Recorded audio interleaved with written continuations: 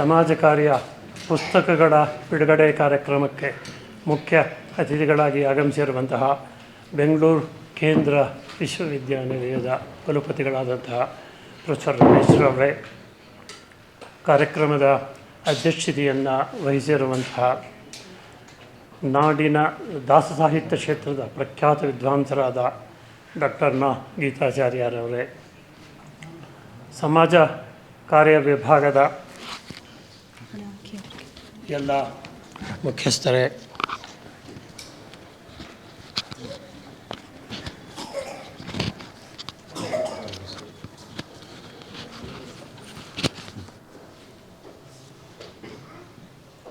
ಪುಸ್ತಕಗಳ ಬಿಡುಗಡೆ ಕಾರ್ಯಕ್ರಮಕ್ಕೆ ಬಂದಿರುವಂತಹ ಹಾಗೂ ಪುಸ್ತಕಗಳನ್ನು ಪರಿಚಯ ಮಾಡಿಕೊಡಲು ಬಂದಿರುವಂತಹ ಡಾಕ್ಟರ್ ಅನಿಲ್ ಕುಮಾರ್ ಅವರೇ, ಡಾಕ್ಟರ್ ಎಂ ಸುಧಾಚಾರ್ ಅವರೇ,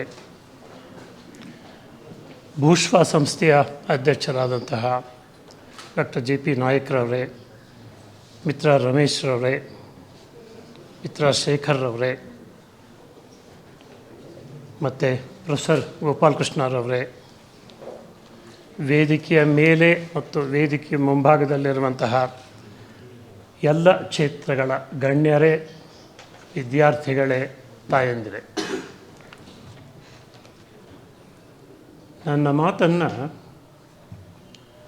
ಬೇಂದ್ರೆಯವರ ಒಂದು ಮಾತಿನಿಂದ ಪ್ರಾರಂಭ ಮಾಡಬೇಕು ಅಂತ ನಾನು ಅಂದುಕೊಳ್ತೇನೆ.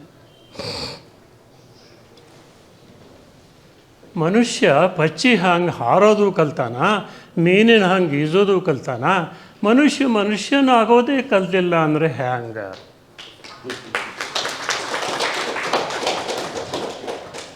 ಒಬ್ಬರನ್ನೊಬ್ಬರು ತಿಳಿದು ಬದುಕುವುದು ಬದುಕಲ್ಲ, ಅದು ಸಾವು. ಒಬ್ಬರನ್ನೊಬ್ಬರು ತಿಳಿದು ಬದುಕುವುದು ಬಾಳು.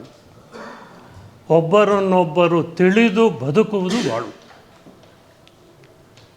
ಪ್ರಾಣ ತಿಂದು ಜೀವ ಹಿಂಡಬೇಡಿ, ಜೀವಕ್ಕೆ ಜೀವ ಕೊಟ್ಟು ಜೀವಿಸಿರೋ ಜೀವಿಗಳ. ಬೇಂದ್ರೆಯವರ ಮಾತು. ಈ ಜೀವಕ್ಕೆ ಜೀವ ಕೊಟ್ಟು ಜೀವಿಸುವ ಕಲೆ ಏನಿದೆ, ಇದು ಸಮಾಜ ಕಾರ್ಯ, ಸಮಾಜ ಸೇವೆ. ಈ ದಿನ ನನ್ನ 2 ಇತ್ತೀಚಿನ ಪುಸ್ತಕಗಳು ಬಿಡುಗಡೆ ಆಗ್ತಾ ಇದೆ. ತುಂಬ ಸಂತೋಷ ಮತ್ತು ಸಮಾಧಾನದ ವಿಷಯ. ಈ ಕಾರ್ಯಕ್ರಮಕ್ಕೆ ಇಲ್ಲಿನ ಕುಲಪತಿಗಳಾದಂತಹ ಪ್ರೊಫೆಸರ್ ರಮೇಶ್ರವರು, ಡಾಕ್ಟರ್ ಗೀತಾಚಾರ್ಯರವರು, ಪರಿಚಯ ಮಾಡಿಕೊಡ್ಲಿಕ್ಕೆ ಬಂದಂತಹ ಡಾಕ್ಟರ್ ಅನಿಲ್ ಕುಮಾರ್ ಅವರು, ಡಾಕ್ಟರ್ ಸುಜಾತಾರವರು ಮತ್ತು ವೇದಿಕೆಯ ಮೇಲಿನ ಇತರ ಗಣ್ಯರು, ವೇದಿಕೆಯ ಮುಂಭಾಗದಲ್ಲಿರುವಂತಹ ಗಣ್ಯರು ಎಲ್ಲರಿಗೂ ಕೂಡ ನಾನು ತುಂಬ ಕೃತಜ್ಞನಾಗಿದ್ದೇನೆ. ಮಾನ್ಯ ಕುಲಪತಿಗಳು ಮಾತನಾಡುವಾಗ ಸಮಾಜ ಕಾರ್ಯ ಕ್ಷೇತ್ರದಲ್ಲಿ ಏನೆಲ್ಲ ಸಮಸ್ಯೆಗಳಿದೆ ಅಂತ ನಮ್ಮೆದುರಿಗೆ ಒಂದು ಪಟ್ಟಿ ಮಾಡಿದ್ದಾರೆ. ಆ ನನ್ನ ಕೆಲಸವನ್ನು ಸ್ವಲ್ಪ ಸುಲಭ ಮಾಡಿದ್ದಾರೆ.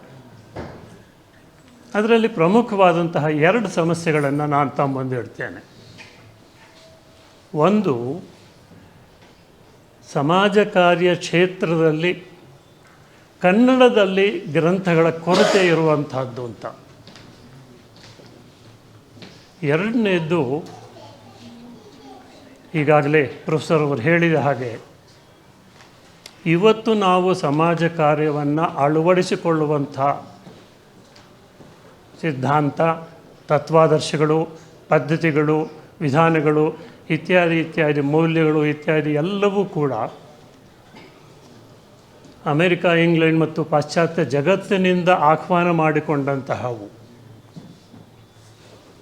ಹಾಗಾದರೆ ನಮ್ಮಲ್ಲಿ ಇದ್ದಿಲ್ಲ ಏನು ಅಂತ ಹೇಳಿದರೆ, ನಮ್ಮಲ್ಲಿತ್ತು. ಬೇರೆ ಬೇರೆ ಹೆಸರುಗಳಿಂದ ಅವು ಕರೆಯಲ್ಪಡ್ತಾ ಇದ್ವು. ವೇದ ಕಾಲಗಳು, ಉಪನಿಷತ್ ಕಾಲಗಳು, ರಾಜರ ಕಾಲಗಳು, ಅರಣ್ಯಕಗಳ ಕಾಲಗಳಲ್ಲಿ ಇವೆಲ್ಲವಲ್ಲೂ ಇತ್ತು ಕೂಡ. ರಾಮಾಯಣ, ಮಹಾಭಾರತ ಎಲ್ಲ ನನ್ನ ಕೃತಿಗಳ ಬೇರೆ ಬೇರೆ ಕೃತಿಗಳಲ್ಲಿ ಇದನ್ನು ನಾನು ಉಲ್ಲೇಖ ಮಾಡಿ ವಿವರಗಳನ್ನು ನಾನು ಕೊಟ್ಟಿದ್ದೇನೆ. ಪ್ರಸ್ತುತ ನಮಗೆ ಗೊತ್ತಿರುವ ಹಾಗೆ ಕನ್ನಡದಲ್ಲಿ ಇತ್ತೀಚೆಗೆ ಪುಸ್ತಕಗಳು ಬರ್ತಾ ಇವೆ, ಒಂದು ಸಂತೋಷ ಮತ್ತು ಸಮಾಧಾನದ ವಿಷಯ. ಪ್ರೊಫೆಸರ್ ಮರುಳಸಿದ್ದಯ್ಯನವರು ಬರೆದಿದ್ದಾರೆ. ಆಮೇಲೆ ಧಾರವಾಡದಲ್ಲಿ ಒಬ್ಬ ಪ್ರೊಫೆಸರ್ ಕನ್ನಡದಲ್ಲಿ ಬರೆದಿದ್ದಾರೆ. ಮತ್ತು ಇನ್ನು ಕೆಲವು ಸ್ನೇಹಿತರು ಕನ್ನಡದಲ್ಲಿ ಬರೆದಿದ್ದಾರೆ. ವಾಸುದೇವ ಶರ್ಮಾ ಅನ್ನುವಂಥವರು ಕೆಲವು ಕನ್ನಡದಲ್ಲಿ ಕೃತಿಗಳನ್ನು ಮಕ್ಕಳ ಸಮಾಜ ಕಾರ್ಯದ ಸಮಾಜ ಬೇರೆ ಬೇರೆ ಚಟುವಟಿಕೆಗಳ ಬಗ್ಗೆ ಬರೆದಿರೋದಿದೆ. ಆದರೆ ಸಮಾಜ ಕಾರ್ಯ ಸಿದ್ಧಾಂತವನ್ನು ಪ್ರೊಫೆಸರ್ ಹೇಳಿದ ಹಾಗೆ ನಮ್ಮ ಸಾಂಸ್ಕೃತಿಕ ಬದುಕಿನ ಹಿನ್ನೆಲೆಯಲ್ಲಿ ಅದನ್ನು ಪುನರ್ವ್ಯಾಖ್ಯಾನ ಮಾಡುವಂತಹ ಕೆಲಸ ಬಹಳ ಕಡಿಮೆಯಾಗಿದೆ ಅಂತ ಹೇಳಬೇಕಾಗ್ತದೆ. ಅದು ಸ್ವಲ್ಪ ಕಸಿಬಿಸಿ ಆಗುವಂತಹ ವಿಷಯ, ಆದರೂ ಕೂಡ ಅದು ವಾಸ್ತವ. ಹಾಗಾಗಿ ಈ ಸಮಾಜ ಕಾರ್ಯದ ಸಿದ್ಧಾಂತ, ತತ್ವಾದರ್ಶಗಳು, ಮೌಲ್ಯಗಳು, ಪದ್ಧತಿಗಳು ಇವುಗಳನ್ನೆಲ್ಲ ನಮ್ಮ ಸಾಂಸ್ಕೃತಿಕ ಬದುಕಿನ ನಮ್ಮ ಮೌಲ್ಯಗಳ ಹಿಂದೆ ಇರುವಂತಹ ತತ್ವಾದರ್ಶಗಳೆಲ್ಲ ಹಿನ್ನೆಲೆಯಾಗಿಟ್ಟುಕೊಂಡು ಬರೆದಿರುವಂತಹ ಪುಸ್ತಕಗಳು ಕಡಿಮೆ ಅಂತ.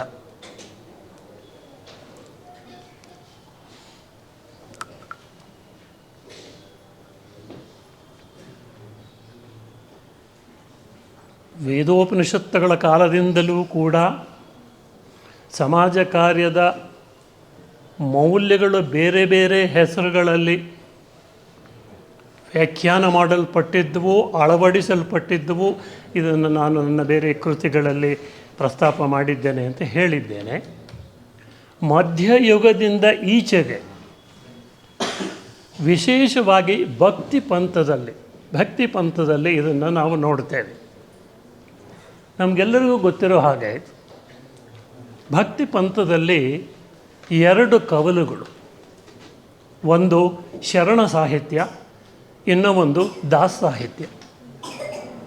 ಶಿವಶರಣರು ಕೂಡ ತಮ್ಮ ಧರ್ಮವನ್ನು ಪ್ರಚಾರ ಮಾಡುವುದರ ಜೊತೆಗೆ ಆವತ್ತಿನ ದಿನಗಳಲ್ಲಿ ಸಮಾಜ ಸೇವೆ ಅನ್ನುವಂತಹ ಪರಿಕಲ್ಪನೆಯ ಅಡಿಯಲ್ಲಿ ಕೆಲಸಗಳನ್ನು ಮಾಡಿದ್ದಿದೆ. ಆನಂತರದ ದಿನಗಳಲ್ಲಿ ಬಂದಂತಹ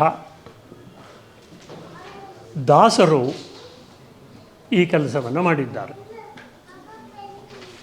ಯತಿಗಳು, ದಾಸರು ಮತ್ತು ಮಹಿಳಾ ದಾಸರು ಈ ಕೆಲಸವನ್ನು ಮಾಡಿದ್ದಾರೆ. ಸಾಮಾನ್ಯವಾಗಿ ನಮಗೆಲ್ಲರಿಗೂ ಗೊತ್ತಿರೋ ಹಾಗೆ ದಾಸ ಸಾಹಿತ್ಯಕ್ಕೆ ಹಿನ್ನೆಲೆ ಮಧ್ವ ಸಾಹಿತ್ಯ, ಮಧ್ವಾಚಾರ್ಯರು ಬರೆದಂತಹ ಸಾಹಿತ್ಯ. ನಮಗೆ ಆಶ್ಚರ್ಯ ಅನ್ನಿಸ್ತದೆ, ಅನೇಕ ಜನ ಯತಿಗಳು ಅಂದರೆ ಸನ್ಯಾಸಿಗಳು, ಯತಿಗಳು, ಮಧ್ವಾಚಾರ್ಯರು, ಶ್ರೀಪಾದರಾಜರು, ವಾದಿರಾಜರು, ವ್ಯಾಸರಾಯರು, ಪುರಂದರದಾಸರು, ಕನಕದಾಸರು, ಜಗನ್ನಾಥದಾಸರು, ಗೋಪಾಲದಾಸರು, ಅನೇಕ ಜನ ದಾಸರು. ಮಹಿಳೆಯರು ಕೂಡ ಹರಪನಹಳ್ಳಿ ಭೀಮವ್ವ, ಹೆಳವನಕಟ್ಟೆ ಗಿರಿಯಮ್ಮ, ಇತ್ತೀಚಿನ ತಿನ್ಮುರಾಂಬ ಅವರು ಅನೇಕ ಜನ ಸಾಹಿತ್ಯವನ್ನು ಸೃಷ್ಟಿ ಮಾಡಿದ್ದಾರೆ. ಈ ಯತಿಗಳೇ ಆಗಲಿ ದಾಸರೇ ಆಗಲಿ ತಮ್ಮ ಧರ್ಮ ಪ್ರಚಾರ ಮಾಡಿದ್ದಾರೆ, ಅದು ಸರಿ. ಆನಂತರ ಸಾಹಿತ್ಯ ಸೃಷ್ಟಿ ಮಾಡಿದ್ದಾರೆ, ಅದು ಸರಿ. ಈ ದೇವ್ರ ಪೂಜೆ ಇತ್ಯಾದಿ ಕಾರ್ಯಕ್ರಮಗಳ ಜೊತೆಗೆ ಸಾಹಿತ್ಯವನ್ನು ಸೃಷ್ಟಿ ಮಾಡುವುದರ ಜೊತೆಗೆ ಅನೇಕ ಸಮಾಜಮುಖಿ ಚಟುವಟಿಕೆಗಳಲ್ಲಿ ಅವರು ತಮ್ಮನ್ನು ತೊಡಗಿಸ್ಕೊಂಡಿದ್ದಾರೆ. ಬಹಳ ಜನಕ್ಕೆ ಇದು ಗೊತ್ತಿಲ್ಲ, ಇವತ್ತಿನ ಸಮಾಜಕ್ಕಂತೂ ಗೊತ್ತೇ ಇಲ್ಲ. ಒಂದೋ ಎರಡೋ ಉದಾಹರಣೆಗಳನ್ನು ಹೇಳೋದಾದರೆ, ಮಧ್ವಾಚಾರ್ಯರೇ ಆಗಲಿ, ಶ್ರೀಪಾದರಾಯರು, ವ್ಯಾಸರಾಯರು ಎರಡು ಪ್ರಮುಖವಾದಂತಹ ಕೆಲಸವನ್ನು ಮಾಡಿದ್ದಾರೆ. ವೈಯಕ್ತಿಕ ನೆಲೆಯಲ್ಲಿ, ವೃಂದಗತ ನೆಲೆಯಲ್ಲಿ, ಸಾಮೂಹಿಕ ನೆಲೆಯಲ್ಲಿ ಹೇಗೆ ಅಭ್ಯುದಯವನ್ನು ಕಂಡುಕೊಳ್ಳಬೇಕು ಅನ್ನೋದನ್ನು ಬಹಳ ಸ್ಪಷ್ಟವಾಗಿ ತಮ್ಮ ಕೀರ್ತನೆ, ಉಹಾಭೋಗ, ಸುಳಾದಿ ಇತ್ಯಾದಿ ಅನೇಕ ಕಾವ್ಯ ಪ್ರಕಾರಗಳಲ್ಲಿ ವಿವರಿಸಿದ್ದಾರೆ.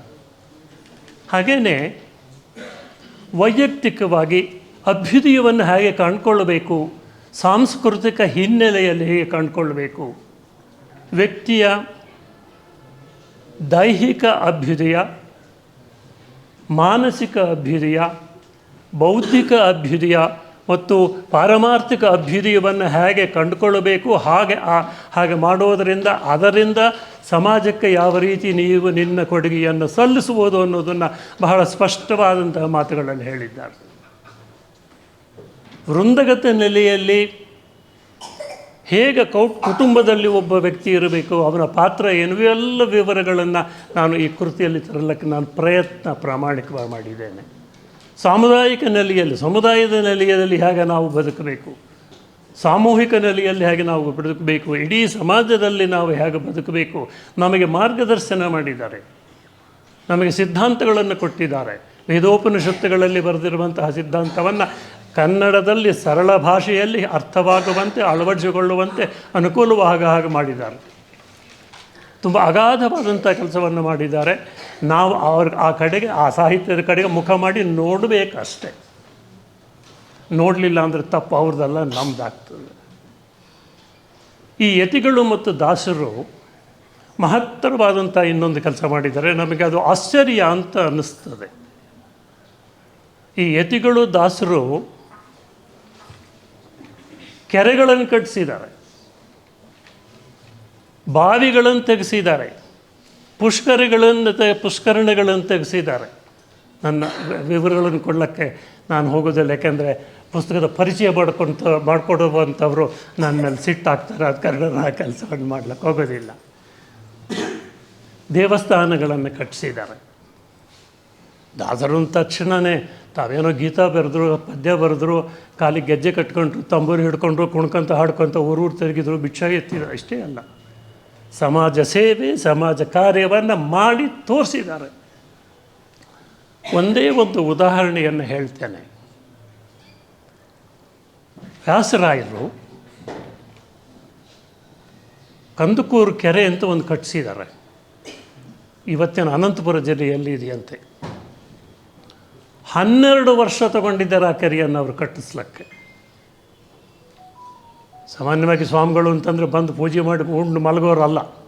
ಇವರು ಆ ಕೆರೆ ಕಟ್ಟುವ ಜಾಗಕ್ಕೆ ಹೋಗಿ ಅಲ್ಲಿ ಒಂದು ಗಿಡದ ಕೆಳಗೆ ಕೂತ್ಕೊಂಡು ಮಕ್ಕಳಿಗೆಲ್ಲ ಪಾಠವನ್ನು, ಸಂಸ್ಕೃತ ಅಭ್ಯಾಸವನ್ನು ಮಾಡ್ತಾ 2 ತಾಸಿಗೊಮ್ಮೆ 3 ತಾಸಿಗೊಮ್ಮೆ ಹೋಗಿ ಎದ್ದು ಎಲ್ಲ ನೋಡಿಕೊಂಡು ಮೇಲ್ವಿಚಾರಣೆ ಮಾಡಿಕೊಂಡು ಬಂದು ಮತ್ತೆ ತಮ್ಮ ಪೂಜೆ ಪುನಸ್ಕಾರ ಇತ್ಯಾದಿಗಳನ್ನು ಮಾಡುತ್ತಿದ್ದಾರೆ. 12 ವರ್ಷ ಮಾಡಿದ್ದಾರೆ. ಸೊಂಡೂರು ತಾಲೂಕಿನಲ್ಲಿ, ನಾನು ಸೊಂಡೂರು ತಾಲೂಕಿನವನು, ಸೊಂಡೂರು ತಾಲೂಕಿನಲ್ಲಿ ಅನೇಕ ಸಣ್ಣ ಪುಟ್ಟ ಕೆರೆಗಳನ್ನು ರಿಪೇರಿ ಮಾಡಿಸಿದ್ದಾರೆ. ಅವರು ಏನದು ಗುರುತುಗಳನ್ನು ಹಾಕಿ ಹೋಗಿದ್ದಾರೆ, ಶಾಸನಗಳನ್ನು ಹಾಕಿ ಹೋಗಿದ್ದಾರೆ. ಪುಷ್ಕರಣಿಗಳನ್ನು ತೆಗೆಸಿದ್ದಾರೆ. ನಮ್ಮ ಡಾಕ್ಟರ್ ಅನಿಲ್ ಕುಮಾರ್ ಅವರಿಗೆ ಗೊತ್ತಿದೆ. ಹೀಗೆ ಅನೇಕ ಇವತ್ತು ಏನೆಲ್ಲ ಡಿಪಾರ್ಟ್ಮೆಂಟ್ಗಳು, ಎಷ್ಟೆಲ್ಲ ಇಂಜಿನಿಯರ್, ಯಾರನ್ನು ಬೈತಾ ಇಲ್ಲ, ದಯವಿಟ್ಟು ಯಾರು ಹಾಗೆ ಭಾವಿಸಬೇಡಿ. ಇಷ್ಟೆಲ್ಲ ಕಸರತ್ತನ್ನು ಅವರು ಒಬ್ಬೊಬ್ಬರೇ ಆಗಿ ತಮ್ಮ ಶಿಷ್ಯರನ್ನು ಕಟ್ಟಿಕೊಂಡು ಆ ಕೆಲಸಗಳನ್ನು ಮಾಡಿದ್ದಾರೆ.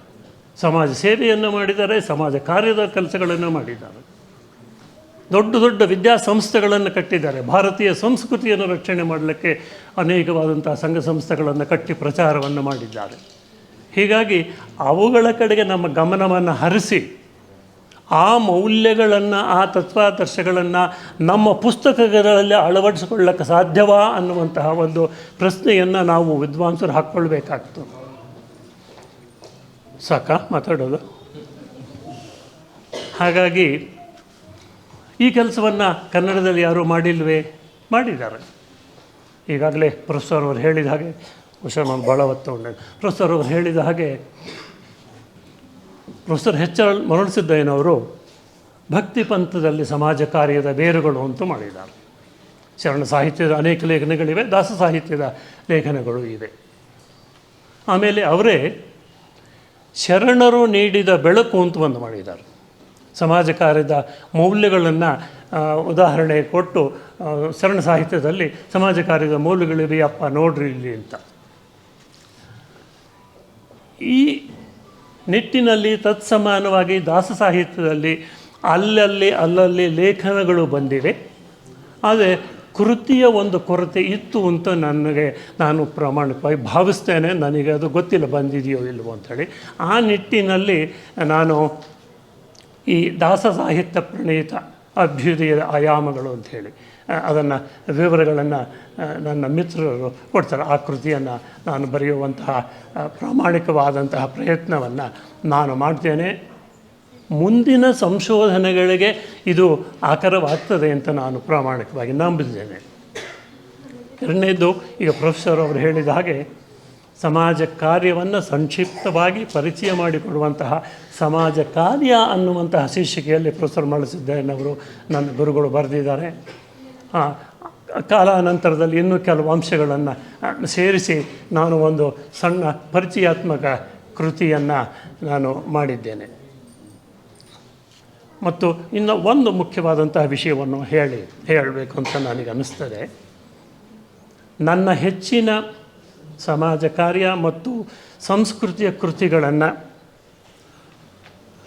ಬಹಳ ಪ್ರೀತಿಯಿಂದ ಗೌರವದಿಂದ ಪ್ರಕಟಣೆ ಮಾಡಿದಂತಹ ರಮೇಶ್ರವರನ್ನು ನಾನು ಒಂದು ಮಾತು ಹೊಗಳಬೇಕು ಮತ್ತು ನನ್ನ ಕೃತಜ್ಞತೆಗಳನ್ನು ಸಲ್ಲಿಸಬೇಕು ಅಂತ ನಾನು ಅಂದ್ಕೊಳ್ತೇನೆ. ಈಗಾಗಲೇ ಹಿಂದೆ ನನಗೆ ಅವರು ನೀವೇನೇ ಬರೀರಿ ಸರ್, ನಾನು ಪಬ್ಲಿಷ್ ಮಾಡ್ತೇನೆ ಅಂತ ಅಂದಿದ್ದರು. ಆ ಮಾತಿಗೆ ಕಟ್ಟು ಬಿದ್ದು ಇವತ್ತು ಈ ಪುಸ್ತಕಗಳನ್ನು ಹೊರತಂದಿದ್ದಾರೆ. ಮತ್ತು ನನಗೆ ಇನ್ನೊಂದು ಇವತ್ತು ಆಶ್ವಾಸನೆ ಕೊಟ್ಟರೆ ಅವರೇನೇ ಬರಲಿ ನಾನು ಪಬ್ಲಿಷ್ ಮಾಡ್ತೇನೆ ಅಂತೇಳಿ. ಸೊ ಹಾಗಾಗಿ ಸಮಾಜ ಕಾರ್ಯಕ್ಕೆ ಮಾತ್ರ ನಾನು ಬರೀತೇನೆ ಅಂತ ಹೇಳಬಲ್ಲೆ. ಇಷ್ಟನ್ನು ಹೇಳಿ ಮತ್ತು ಇನ್ನೊಬ್ಬರಿಗೆ ನಾನು ಬಹುಶಃ ಒಂದು ಸಣ್ಣದೊಂದು ಥ್ಯಾಂಕ್ಸ್ ಹೇಳಬೇಕು ಅಂಥೇಳಿ ನನ್ನ ಭಾಳ ಸಂಗಾತಿ ಇಲ್ಲೇ ಕೂತಿದ್ದಾರೆ.